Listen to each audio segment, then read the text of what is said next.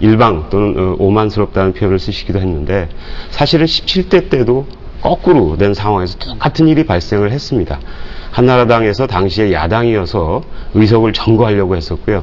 또 거꾸로 그 당시에 열린우리당에서는 다수의 힘으로 그걸 통과시키기 위해서 사학법 때 또 비슷한 일들이 발생을 했습니다. 그래서 우리 정치가 갖고 있는 이 후진성, 이 부분을 어제 그냥 갑자기 나타난 것이 아니고 그 전부터 있었던 것들이 지금 계속 가중되고 있는 것들이 참 안타깝다. 그리고 이 부분들을 해결하기 위해서 사실은 굉장한 논의들이 좀 필요할 것 같습니다.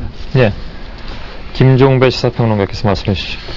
강행 처리가 불가피했는가를 따지려면 두 가지를 봐야 된다고 생각합니다. 하나는 처리 이전의 선행 절차, 다시 말해서 국민 의견 수렴 과정과 협상 과정이 충분히 성숙되어 있었는가, 이 점을 하나를 봐야 되는 거고요. 또 한 가지는 이후 문제, 그러니까 시한에 쫓겨서 이 시점을 그러니까 처리 시점을 이 시점마저 놓쳐버리면 실이 따른다라고 하는 판단이 전제가 돼야 된다고 봅니다. 근데 저는 거기서 한나라당이 주장하는 부분에 대해서 설득력을 가질 수가 없어요. 국민 의견 수렴 과정을 보면은 미디어 발전 국민위원회라는 게 구성이 돼서 110일 동안 싸웠습니다. 싸우다가 결국은 사실상 결렬이 됐습니다. 위원회에서 합의를 보지를 못했으니까. 그리고 한나라당은 어떻게 했습니까? 국민 의견 수렴 절차 종료를 선언했습니다. 그리고 나서 박근혜 전 한나라당 대표가 지난 15일에 여론 독과점 문제를 제기를 하면서 매체 합산 점유율 규정을 제기를 했습니다. 그리고 한나라당이 보인 태도가 뭡니까? 그리고 최종적으로 한나라당이 그 강행처리에서 통과시킨 수정한 내용이 뭡니까?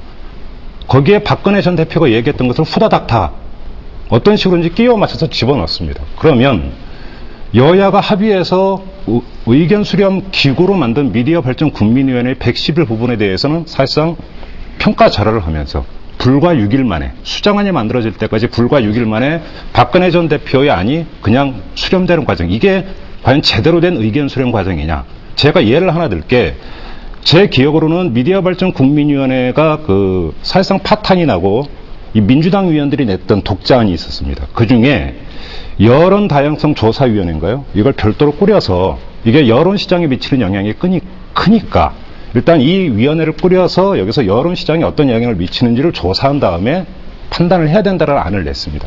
근데 큰 틀에서 보면 박근혜 전 대표가 이야기했던 것과 그때 당시 미디어 발전위원회 민주당 위원들이 이야기했던 문제의식은 비슷한 부분이 있어요.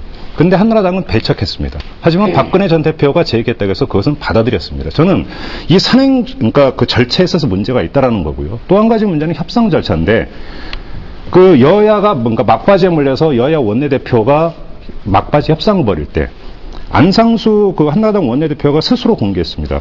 2012년까지 신문의 방송 경영뿐 아니라 소유까지 유보하는 안을 제안을 했다고 공개를 했습니다. 그리고 몇 시간 뒤에 이걸 일방적으로 철회를 해버렸습니다. 그리고 다음 날인가요? 그 다음 날인가? 협상 결렬을 완전히 선언을 해버리고 그냥 직권상정 절차로 들어갔습니다. 저는 여기서 과연 협상 절차가 충분히 쌍방 합의하에서 원만하게 진행이 됐느냐, 아니면 일방적으로 갔느냐에도 분명히 국민적 평가는 분명할 거라고 보고요. 하나 더 말씀을 드리면, 그 직권상정 부분에 있어서 그 김영호 국회의장이 19일에 자신의 홈페이지에 글을 올리면서 분명히 밝혔습니다.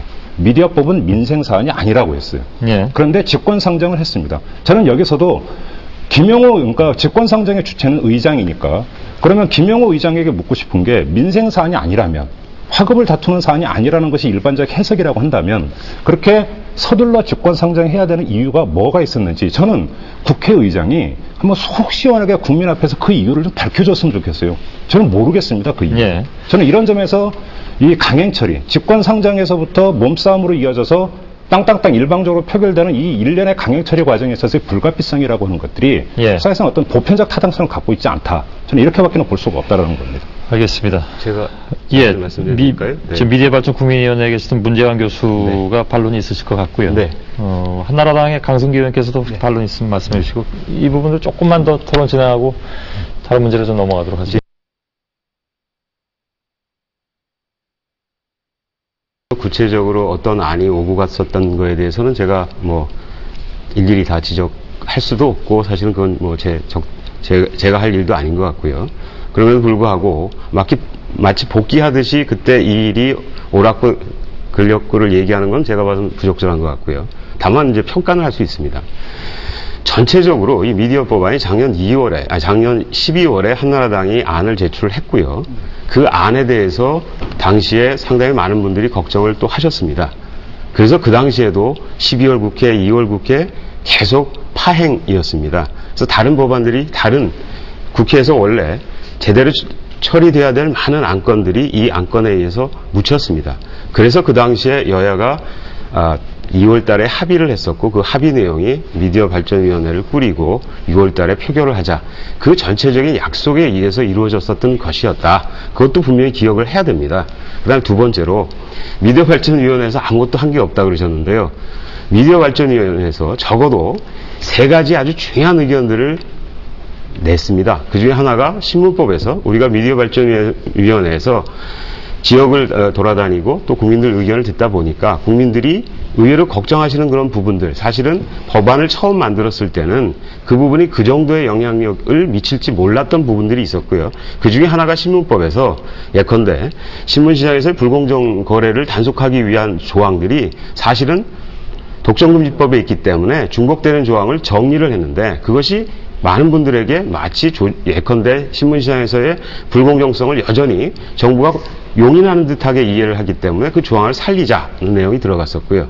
방송법에서는 이 방송법에서의 그동안 가장 큰 쟁점이 지상파, 특히 MBC를 분할해서 마치 뭐 대기업에 주고 신문에 주고 하는 이야기들이 굉장히 많이 있었고요. 그 많은 내용들이 국민들에게 굉장히 부담으로 남았습니다. 그래서 그것이 아니라는 것을 분명히 밝히기 위해서 2012년까지 적어도 신문의 경우에 이 지상파 방송에 들어갈 경우에 경영권을 취득할 수 없다라는 조항을 넣자라는 게 미디어 발전위원회의 의견으로 왔었고요. 그 다음에 또 하나가 지금 계속 논의가 되고 있는 시장 점유율입니다. 그래서 방송시장에서의 점유율 제한을 하자라는 그 3가지의 중요한 내용을 넣었었고 그 넣은 내용들이 이번에 한나라당에서 받아들였던 거고요. 거기서 더 나아가서 예컨대 대기업의 경우에도 2012년까지 경영을 금지하자는 역시 경영권 취득을 금지하자는 내용으로 이제 하나의 규제 일종의 국민들의 걱정을 덜어줄 수 있는 수단이 하나 더 들어갔고 그 이후의 협상 과정에서는 아마도 제 생각에는 큰 방향 자체는 예. 미디어 발전위원회에서 제기했던 그 문제들을 더 고려해서 적어도 국민들이 걱정하는 부분들에 대한 상당한 부분의 보완이 있었던 거죠. 그러니까 다시 말씀드리면 이 전체적인 협상 과정에서 나름대로 국민들의 의견을 수렴하기 위한 그 과정이 있었다는 건 분명하고요. 예.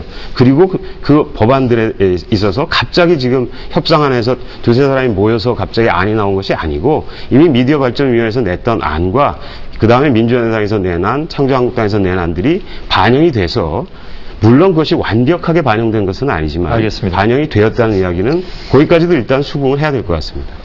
잠깐만요. 네. 뭐 미발이 관련이기 때문에 네. 강 의원님께 좀 이따 드리도록 하고요.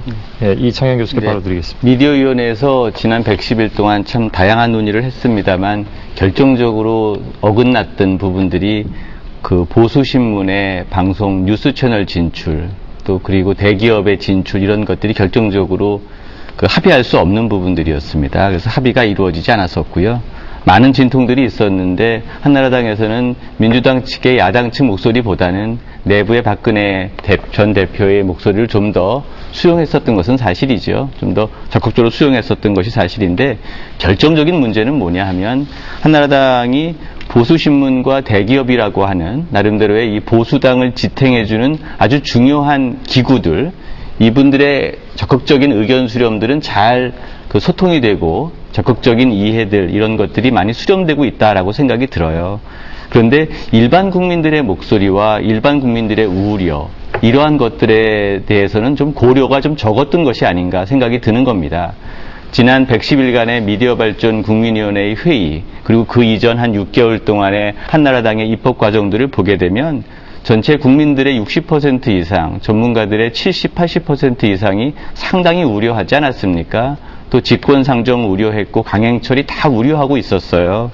근데 그럼에도 불구하고 국민들의 눈치보다는 내부의 또 다른 경쟁적인 정치인의 목소리라든지 또는 보수신문과 대기업의 목소리들에 지나치게 귀 기울였다라는 비판을 저는 받을 수 있다라고 생각이 듭니다. 그러니까 그런 면에서 지금 저는 이 미디어 법안이 이게 통과된 것인지 안 된 것인지에 대한 상당한 정당성의 위기를 가지고 있다라고 생각이 듭니다. 사실 이 국회라는 것들이 민주주의적 과정을 일반 국민들에게 학습시키는 아주 소중한 교육의 장일 수도 있는데요. 예. 그러한 교육의 장에서